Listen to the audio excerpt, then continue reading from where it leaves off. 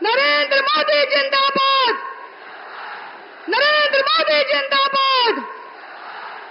भारत माता की, भारत माता की। वंदे वंदे।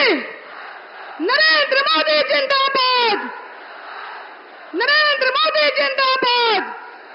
देश का बेटा कैसा हो, देश का नेता कैसा हो। हम सबों के बीच देश के यशस्वी प्रधानमंत्री, विश्व के सबसे लोकप्रिय नेता, सभी मास कार्यक्रम की शुरुआत हम करेंगे। सबसे पहले हमारे विश्व के सबसे लोकप्रिय नेता, हमारे राष्ट्र पुरुष, देश के यशस्वी प्रधानमंत्री श्री नरेंद्र मोदी जी को बापू की कर्मभूमि मोतिहारी की इस पावन धरती पर मंच पर हमारे सांसद श्री राधा मोहन सिंह जी बापू की मूर्ति और अंग वस्त्र से उनका स्वागत करेंगे। जोरदार तालियां बजती रहनी चाहिए। बापू की मूर्ति और अंग वस्त्र से माननीय प्रधानमंत्री जी का चंपारण की ऐतिहासिक धरती पर सम्मान हो रहा है। तालियां बजती रहनी चाहिए। ये सम्मान का सिलसिला है, तालियां बजती रहनी चाहिए। हम गौरवान्वित हैं कि हमारे इस धरा पर पुनः प्रधानमंत्री जी का आगमन हुआ है। जोरदार तालियां बजनी चाहिए, तालियां बजती रहनी चाहिए। नरेंद्र मोदी जिंदाबाद, नरेंद्र मोदी जिंदाबाद। सम्मान की अगली कड़ी में मैं आग्रह करती हूं डॉक्टर संजय जायसवाल जी, आप हमारे देश के यशस्वी प्रधानमंत्री जी का स्वागत अंग वस्त्र और मोमेंटो देकर करेंगे।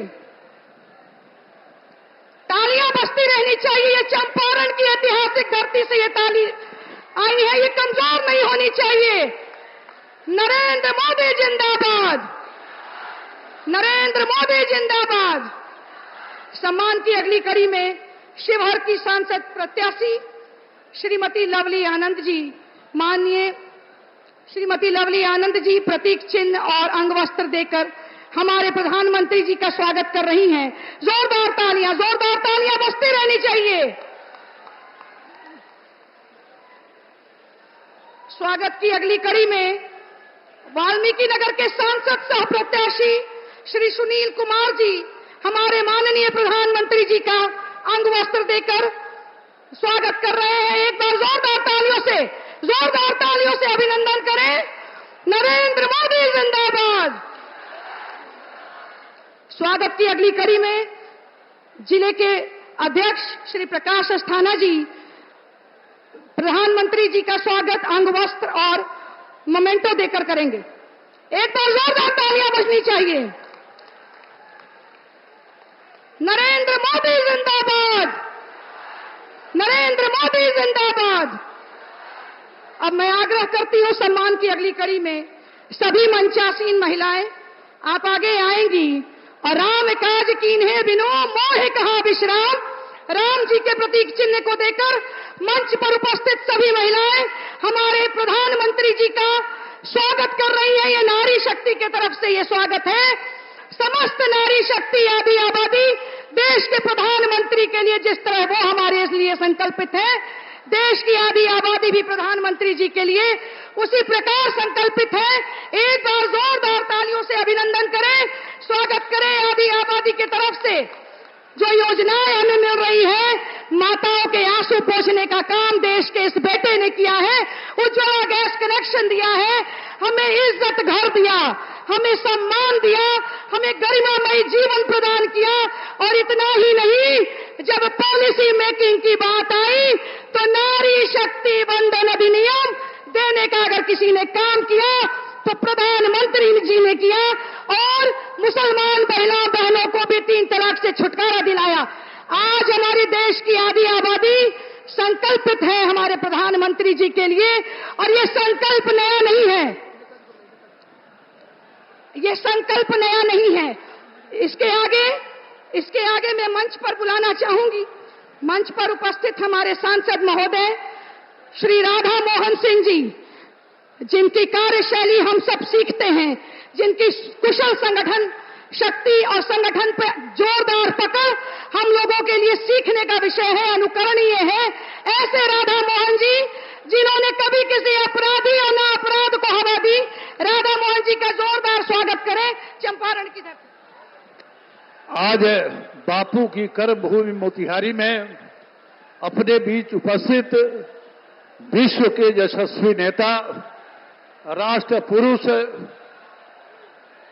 देश के प्रधानमंत्री सम्माननीय श्री नरेंद्र मोदी जी, मंच पर उपस्थित हमारे प्रदेश के अध्यक्ष सम्राट चौधरी जी, लोजपा रामविलास के अध्यक्ष राजू तिवारी जी, बिहार सरकार के मंत्री रेणु जी, हरी सहनी जी, कृष्णनंदन पासवान जी, हमारे पड़ोसी क्षेत्र के सांसद सम्मानीय संजय जायसवाल जी, सुनील जी, उम्मीदवार शिवहर के लवली आनंद जी, मंच पर बैठे सभी सम्मानीय नेतागण, मोतिहारी के मतदाता भाई और बहनों, मित्रों, हम सब गांव से आए हैं। हम सबके ध्यान में होगा कि गांव के मंदिर में हम एक पुजारी नियुक्त करते हैं और उस पुजारी का काम है मंदिर की साफ सफाई करना, लोगों की सेवा करना और प्रसाद वितरण। ये काम मंदिर के पुजारी का है जिसे आपने गांव में नियुक्त किया है। हमें भी आपने जहां नियुक्त किया है उस स्थान पर एक विलक्षण व्यक्तित्व बैठा हुआ है, एक महानायक बैठा है, मोदी का मंदिर का अपने पुजारी हमें नियुक्त किया है।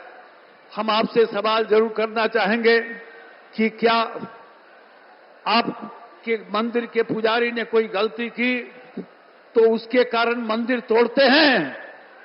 नहीं तोड़ते हैं। तो मुझे भी आप इस राष्ट्र पुरुष, राष्ट्र नायक, विलक्षण व्यक्तित्व मोदी मंदिर का पुजारी नियुक्त किया है, तो हमसे भी कोई गलती हुई हो तो उसे माफ करेंगे और मोदी मंदिर को मजबूत बनाने के लिए एक नंबर पर कमल, सबसे ऊपर कमल के सामने बटन दबाइए और मोदी को मजबूत बनाइए। इसी विनती के साथ मैं अपनी बात समाप्त करता हूं।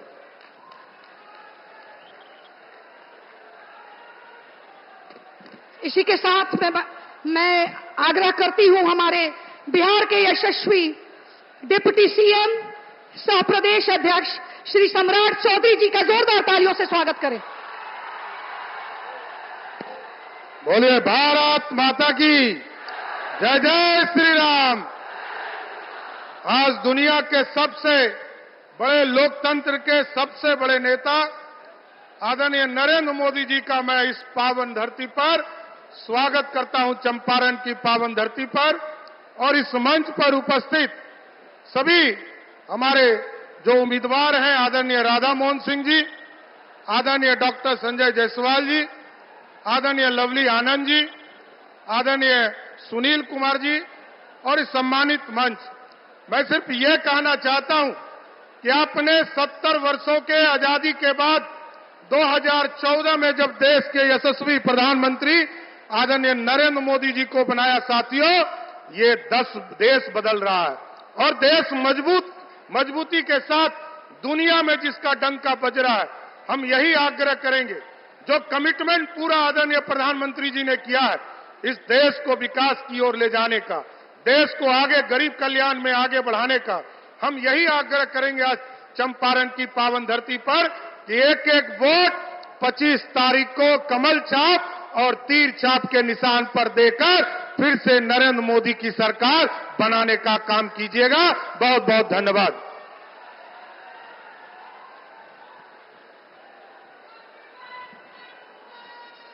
इसी के साथ हम सब जिसको सुनने के लिए बेचैन हैं, वसुधा का नेता कौन हुआ, भूखंड विजेता कौन हुआ, अतुलित यशक्रेता कौन हुआ, नवधर्म प्रणेता कौन हुआ, जिसने न कभी आराम किया, विघ्नों में रहकर काम किया, ऐसे देश के यशस्वी प्रधानमंत्री, विश्व के सबसे लोकप्रिय नेता जिसे हम सब सुनने के लिए बेचैन हैं, मैं आग्रह करती हूं अपने देश के यशस्वी प्रधानमंत्री माननीय नरेंद्र भाई मोदी जी से आप आए और अपना मार्गदर्शन चंपारण की जनता के साथ करें।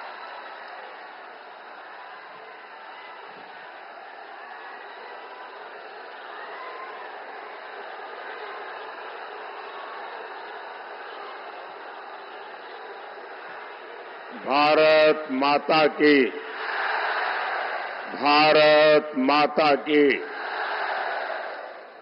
रउआ लोगन के हमार प्रणाम पहुंचे।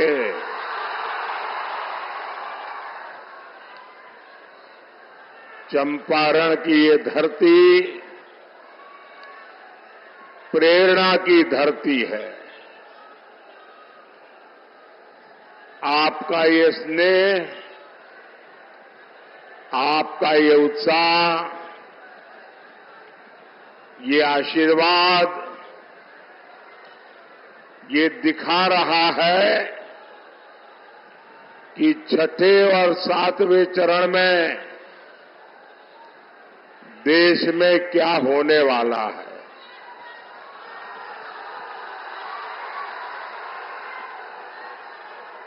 अभी कल ही पहले 5 चरण का चुनाव पूरा हुआ है। पहले चरण में इंडी गठबंधन पस्त हो गया था। इसके बाद के चरणों में इंडी गठबंधन ध्वस्त हुआ और अब कल जो 5वां चरण हुआ, इंडी गठबंधन पूरी तरह परास्त हो चुका है।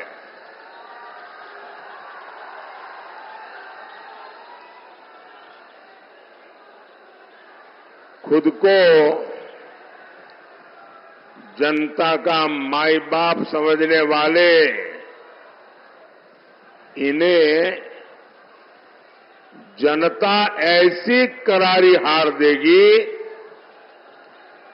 ऐसी करारी हार देगी कि दुनिया देखती रह जाएगी।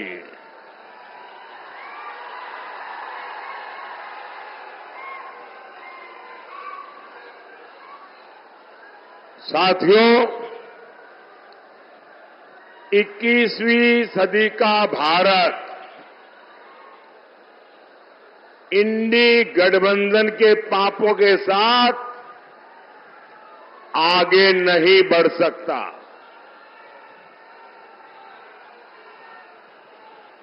और इसलिए हर चुनाव में कांग्रेस, आरजेडी जैसे दलों पर जनता जोर का प्रहार कर रही है। 4 जून को इंडी वालों के इरादों पर सबसे बड़ा प्रहार होगा। ये प्रहार होगा देश में भ्रष्टाचार पर, ये प्रहार होगा तुष्टीकरण की राजनीति पर, ये प्रहार होगा टुकड़े टुकड़े गैंग पर, ये प्रहार होगा समाज को लड़ाने वाली गंदी सोच पर, ये प्रहार होगा सनातन को गाली देने वाली विकृत मानसिकता पर, ये प्रहार होगा अपराधी माफिया जंगल राज पर, ये प्रहार होगा महिला विरोधी मानसिकता पर। साथियों, यहां चंपारण में पूज्य बापू ने सत्याग्रह और स्वच्छाग्रह का प्रयोग किया था। आजादी के बाद इसी से प्रेरणा लेकर कांग्रेस को देश में सफाई के लिए आंदोलन करना चाहिए था। पूज्य बापू की स्वच्छता की जो अपेक्षा थी, देश में स्वच्छता एक संस्कार बनाकर बापू को सबसे बड़ी श्रद्धांजलि देने का उन लोगों को अवसर मिला था। लेकिन उन्होंने सत्ता में आने के पहले दिन ही बापू को पूरी तरह छोड़ दिया, बापू के विचारों को छोड़ दिया, बापू के आचारों को छोड़ दिया, बापू के आदर्शों को छोड़ दिया। और उन्होंने क्या किया? उन्होंने अपना सारा ध्यान सिर्फ और सिर्फ एक परिवार को आगे बढ़ाने पर जोर लगा दिया। कांग्रेस और उसके साथियों ने मिलकर देश के 60 साल बर्बाद कर दिए। 3-3, 4-4 पीढ़ियों का जीवन तबाह कर दिया। आजादी के 60-70 साल बाद जब आपने एक गरीब मां के बेटे को आपकी सेवा करने का अवसर दिया,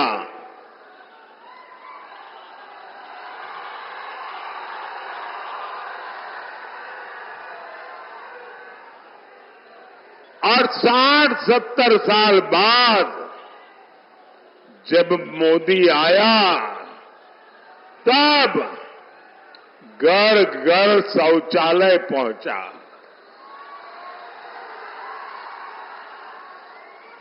मैं गरीब मां का बेटा हूं, इसलिए मुझे पता है कि हमारे देश की महिलाओं को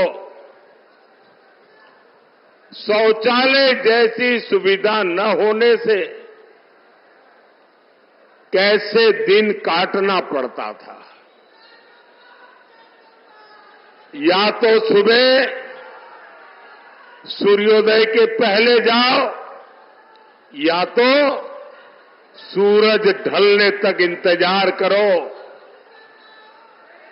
और इसके कारण मेरी माताओं बहनों के शरीर के स्वास्थ्य पर बहुत ही गंभीर परिणाम होते थे। लेकिन उनको शौचालय की जरूरत गरीब को क्यों है, शौचालय की जरूरत मेरी मां बहन को क्यों है, इसकी समझ तक नहीं थी भाइयों। आजादी के 60-70 बाद जब मोदी आया तो हर घर में बिजली पहुंची।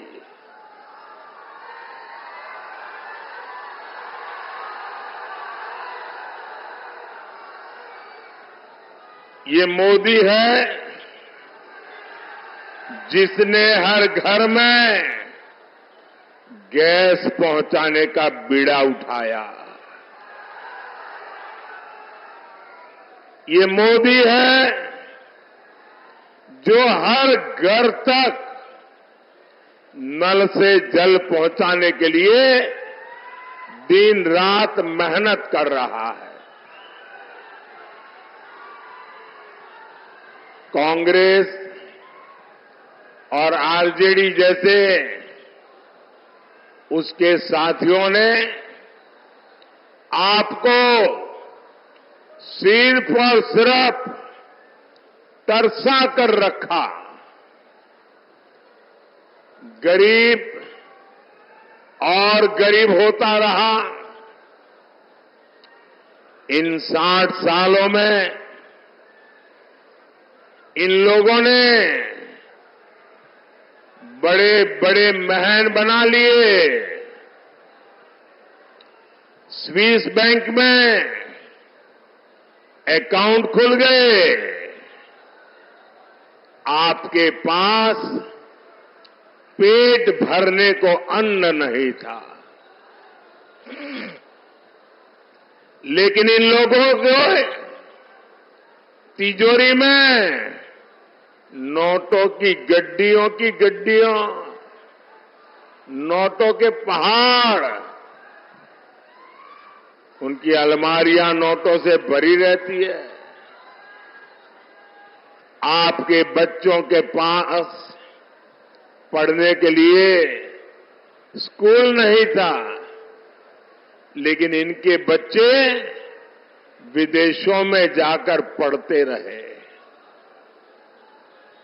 गरीब परेशानी में था, मुश्किल में था, लेकिन इन्हें कोई फर्क नहीं पड़ता था।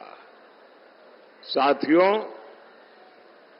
देश में गरीब की पूछ तब शुरू हुई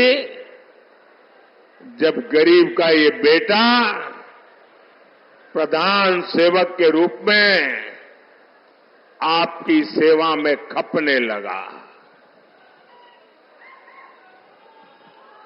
पिछले 10 साल में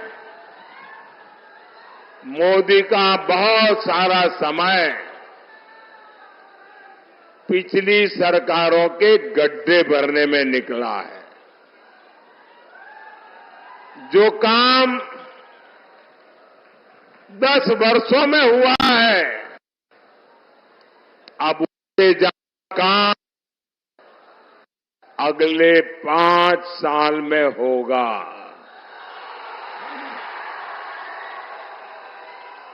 और ये मोदी की गारंटी है।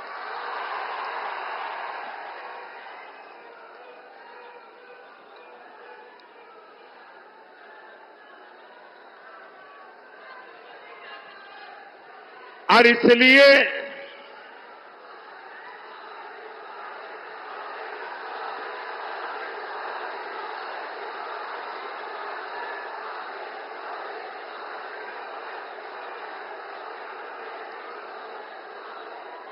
इसलिए साथियों, मुझे केंद्र में एक बहुत मजबूत सरकार चाहिए।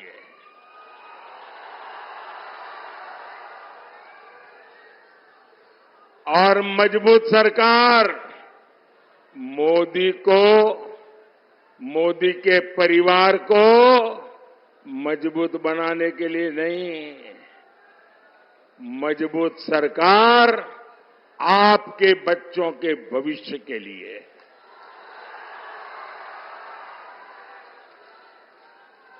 मजबूत सरकार आपके सपनों को पूरा करने के लिए। और इसलिए मैं आज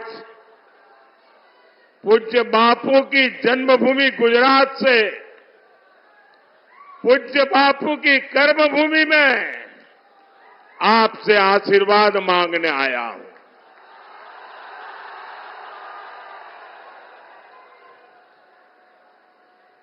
साथियों,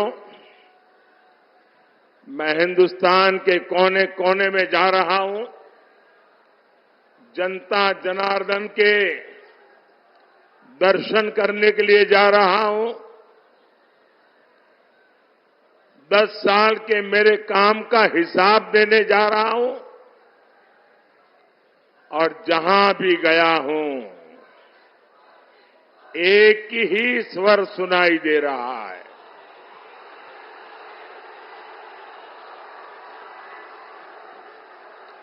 एक ही मंत्र सुनाई दे रहा है। एक ही गूंज सुनाई दे रही है। फिर एक बार, फिर एक बार, फिर एक बार, अब की बार, अब की बार 4 जून। भाई और बहनों, जो लोग चांदी का चम्मच लेकर पैदा होते हैं, उन्हें पता नहीं होता मेहनत क्या होती है।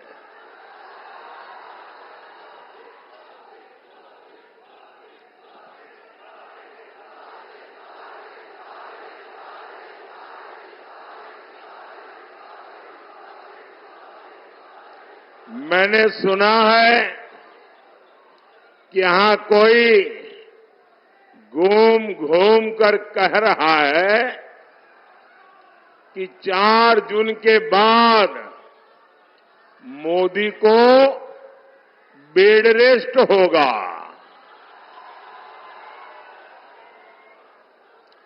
भाइयों बहनों, मैं तो परमात्मा से प्रार्थना करता हूं, मैं तो यही कामना करता हूं, मोदी तो क्या, देश के किसी भी नागरिक के जीवन में बेड रेस की नौबत नहीं आनी चाहिए।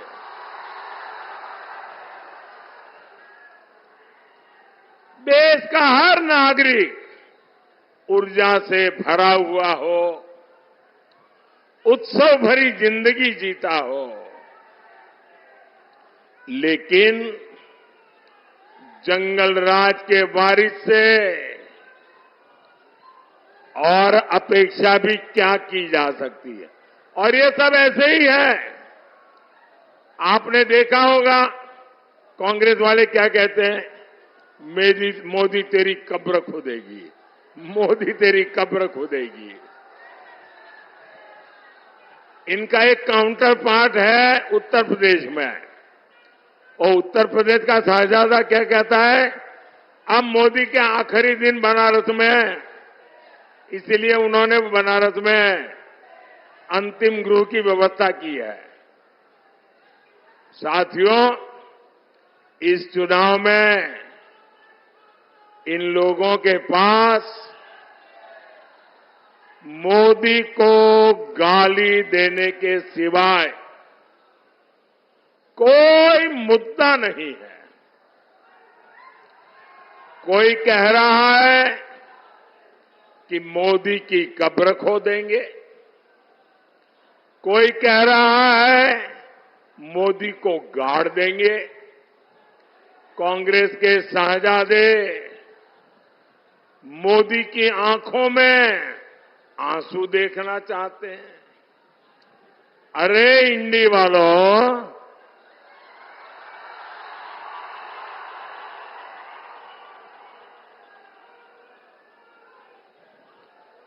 अपनी मनमानी से, आपकी इच्छा से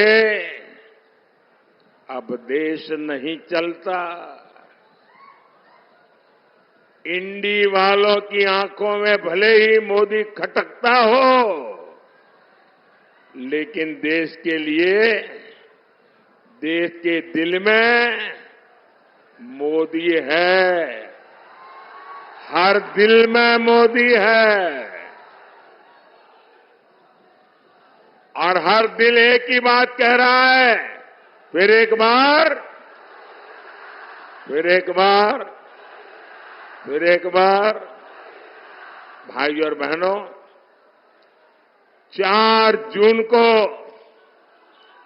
हार सामने देख इंडी गठबंधन वालों की बौखलाहट बढ़ती जा रही है। अब ये मोदी की योजनाओं पर सवाल उठा रहे हैं। मोदी गरीबों को मुफ्त राशन क्यों दे रहा है? भाइयों बहनों, इन्होंने हिंदुस्तान देखा ही नहीं है। मैं हिंदुस्तान के अनेक जिलों में रात्रि मुकाम करके आया हूं। मैंने हिंदुस्तान का कोना कोना छाना हुआ है। और मैंने तय किया है कि गरीब के घर का चूल्हा कभी बुझने नहीं दूंगा।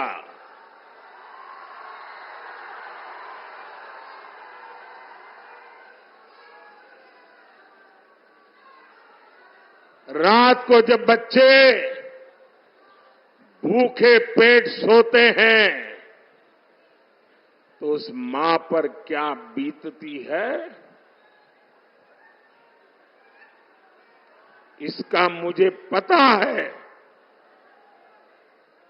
और इसलिए मोदी गरीब को मुफ्त राशन देता है, देता रहेगा।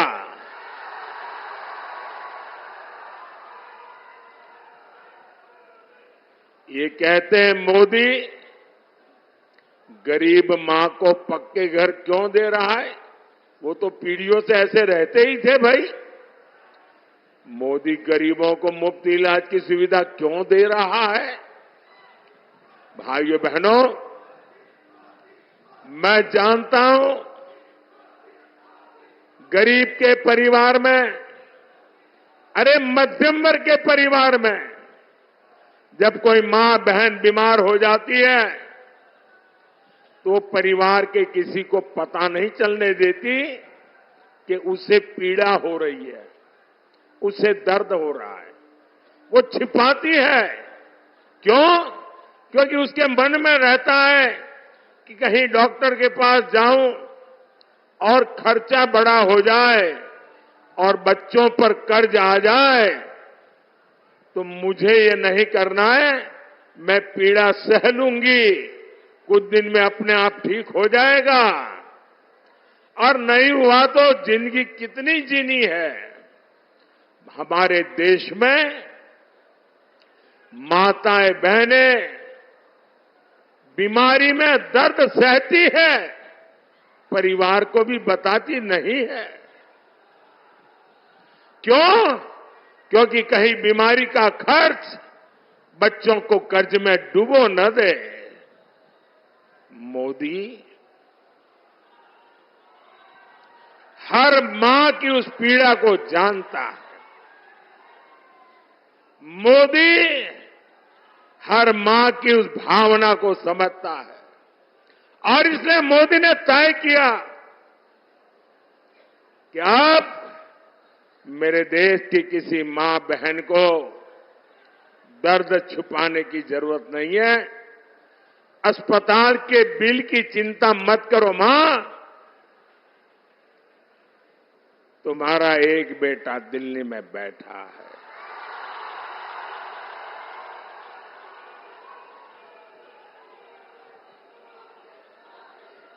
अब तुम्हारी बीमारी का खर्च ये तुम्हारा बेटा उठाएगा। अरे भाई, मोदी तो गरीब की सेवा के लिए ही तो पैदा हुआ है। मोदी गरीब के लिए ही तो काम करेगा। भाई और बहनों, जम्मू कश्मीर से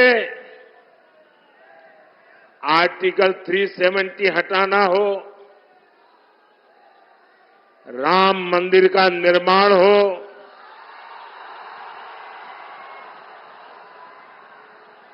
बोलो जय श्री राम।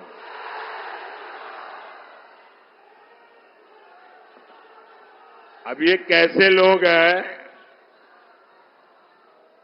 प्रभु राम के लला का प्राण प्रतिष्ठा का कार्यक्रम, भव्य राम मंदिर का निर्माण, ये मंदिर वालों ने उनके घर जाकर के निमंत्रण दिया कि आप प्राण प्रतिष्ठा में आइए।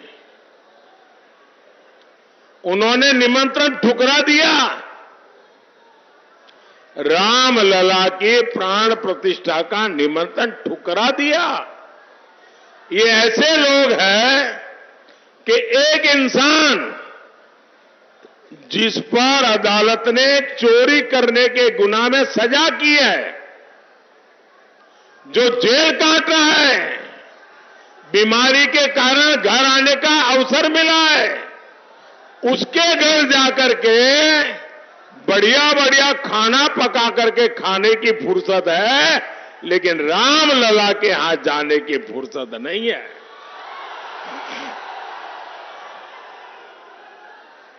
मोदी ने दशकों सदियों के मुद्दे खत्म किए हैं, समाधान दिए हैं।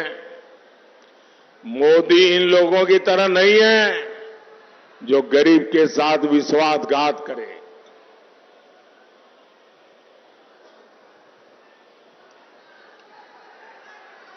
मैं तो जहां जाता हूं अपने काम का रिपोर्ट कार्ड देता हूं।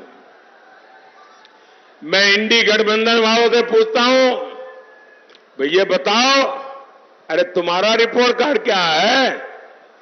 जो लोग नौकरी के बदले जमीन अपने नाम लिखवा ले, वो युवाओं के बारे में सोच सकते हैं क्या? वो युवाओं का भविष्य बना सकते हैं क्या? जिनके जंगल राज में सिर्फ बम बारूद और कट्टों का कारोबार फला फूला, जिनके जंगल राज में भूमाफियाई फले फूले, जिन्होंने बिहार को अपहरण और फिरौती की इंडस्ट्री दी, जो कभी बिहार भला नहीं कर सकते। नीतीश जी ने जिस मेहनत से बिहार को उन स्थितियों से बाहर निकाला है, वो बहुत सराहनीय है। आज हमारे मित्र सुशील मोदी जी हमारे बीच नहीं है। इतिहास जब अवलोकन करेगा तो नीतीश जी और सुशील जी का नाम जंगल राज को समाप्त करने वालों में गिना जाएगा। साथियों, बिहार ने दशकों तक पलायन का दौर देखा है, लेकिन एनडीए सरकार के प्रयासों से अब पलायन रुक रहा है। बिहार के युवाओं को यहीं पर रोजगार के अवसर मिल रहे हैं। आप मुझे बताइए, चंपारण में केंद्रीय विश्वविद्यालय बना है, खेती के लिए रिसर्च सेंटर बना है, सरदार पटेल सहकारी प्रशिक्षण संस्थान बना है, सिलेंडर का प्लांट लगा है, इफको बाजार बने हैं। ये सब कुछ क्या आपने आप चल रहे हैं क्या? इनमें रोजगार नहीं मिला क्या? यहां इतना बड़ा डेयरी प्लांट बना है, इससे हजारों पशुपालकों, माता और बहनों की आय बढ़ी है। इसमें किसी को रोजगार नहीं मिला है क्या? ये जो पुल बन रहे हैं, हाईवे बन रहे हैं, रेलवे स्टेशन आधुनिक हो रहे हैं, ये बिना किसी को रोजगार दिए बन रहे हैं क्या? क्या जादुई चिराग से बनते हैं क्या? भाइयों बहनों, जंगलराज वालों ने आजकल आरक्षण का और संविधान पर दिन रात जोर जोर से झूठ बोलने का एक बड़ा अभियान चलाया है। सच्चाई ये है कि बाबा साहब आंबेडकर न होते तो नेहरू जी एससी एसटी को आरक्षण नहीं मिलने देते। उन्होंने तो मुख्यमंत्रियों को चिट्ठी लिख करके विरोध किया था, नेहरू जी ने। नेहरू जी से लेकर राजीव गांधी तक इस परिवार के जितने प्रधानमंत्री हुए, सबने ओबीसी आरक्षण का विरोध किया। कांग्रेस ने गरीब, एससी, एसटी, ओबीसी, महिला का हर किसी को धोखा दिया। इसलिए आज सिर्फ एक ही वोट बैंक उनके पास बचा है। अब इस वोट बैंक को खुश करने के लिए एससी, एसटी, ओबीसी का आरक्षण धर्म के आधार पर आपसे छीन करके वोट जिहाद वालों को देना चाहते हैं। संविधान क्योंकि इसकी इजाजत नहीं देता, इसलिए ये संविधान बदलना चाहते हैं। साथियों, मोदी का ट्रैक रिकॉर्ड आपके सामने है। 10 साल में करीब करीब 400 संशोधनों का समर्थन हमारे साथ रहा है। मोदी ने इसका उपयोग गरीब, दलित, पिछड़े, वंचित उन्हें सशक्त करने के लिए किया है। एनडीए ने पहले दलित बेटे को और फिर हमारे देश की आदिवासी बेटी को संविधान का सर्वोच्च पद राष्ट्रपति पद पर बिठाया। हमारी सरकार है जिसने पिछड़ा वर्ग आयोग को संवैधानिक दर्जा दिया। पहले केंद्रीय विद्यालय, नवोदय विद्यालय और सैनिक स्कूलों में ओबीसी आरक्षण नहीं था। मोदी सरकार ने ये आरक्षण लागू किया। मेडिकल पढ़ाई में भी केंद्रीय कोटे में पहली बार ओबीसी आरक्षण हमने लागू किया। एससी, एसटी, ओबीसी का हित अगर कहीं सबसे ज्यादा सुरक्षित है तो बीजेपी में है, एनडीए में है। साथियों, सामाजिक न्याय की ऐसी हर गारंटी को पूरा करने के लिए आपको केंद्र में मोदी की मजबूत सरकार बनानी है। घर घर जाएंगे, घर घर जाएंगे, ज्यादा से ज्यादा मतदान कराएंगे, हर पोलिंग बूथ जीतेंगे। देखिए, पूर्वी चंपारण से श्रीमान राधा मोहन जी, पश्चिमी चंपारण से संजय जायसवाल जी, वाल्मीकि नगर से सुनील कुमार जी, शिवहर से बहन लवली आनंद जी को भारी मतों से विजयी बनाना है। मेरा एक और काम करिएगा, करेंगे? जरा हाथ ऊपर करके बताइए, करेंगे? ऐसे नहीं, पूरी ताकत से बताइए, करेंगे? यहां से जाने के बाद ज्यादा से ज्यादा घरों में जाइए, ज्यादा से ज्यादा परिवार में जाइए और जाकर के कहिएगा कि मोदी जी आए थे, मोदी जी ने परिवार के सबको राम राम कहा है। मेरा राम राम कह दोगे? हर घर में मेरा राम राम पहुंचा दोगे? बोलिए भारत माता की, भारत माता की, भारत माता की। बहुत बहुत धन्यवाद।